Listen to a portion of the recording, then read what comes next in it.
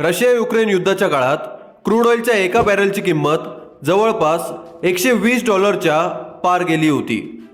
जेव्हा पण युद्ध होतं तेव्हा क्रूड ऑइल म्हणजेच कच्च्या तेलाची प्राइस इतक्या झपाट्याने का वाढते?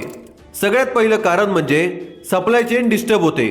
युद्ध झालेल्या देशात कायम तेल उत्पादन आणि वाहतूक अडवली जाते, त्यामुळे क्रूड ऑइलचा इम्पोर्ट खूप जास्त महाग आणि अवघड होतो। दुसरं कारण म्हणजे सर्वात जास्त तेल उत्पादन हे युद्धग्रस्त भागातच होतं, जसं की इराण, इराक, रशिया यांच्यावर युद्धाचा प्रभाव पडला की या देशात क्रूड ऑइल उत्पादन खूप जास्त कमी होतं।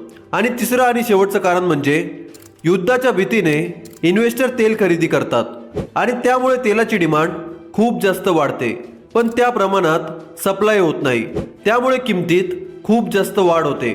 आणि याच कारणामुळे पेट्रोल आणि डिझेल यांच्या पण किमतीवर प्रभाव पडतो। याचमुळे युद्ध काळात क्रूड ऑइलच्या प्राइस महाग होतात। अशाच व्हिडिओजसाठी सबस्क्राइब करायला विसरू नका।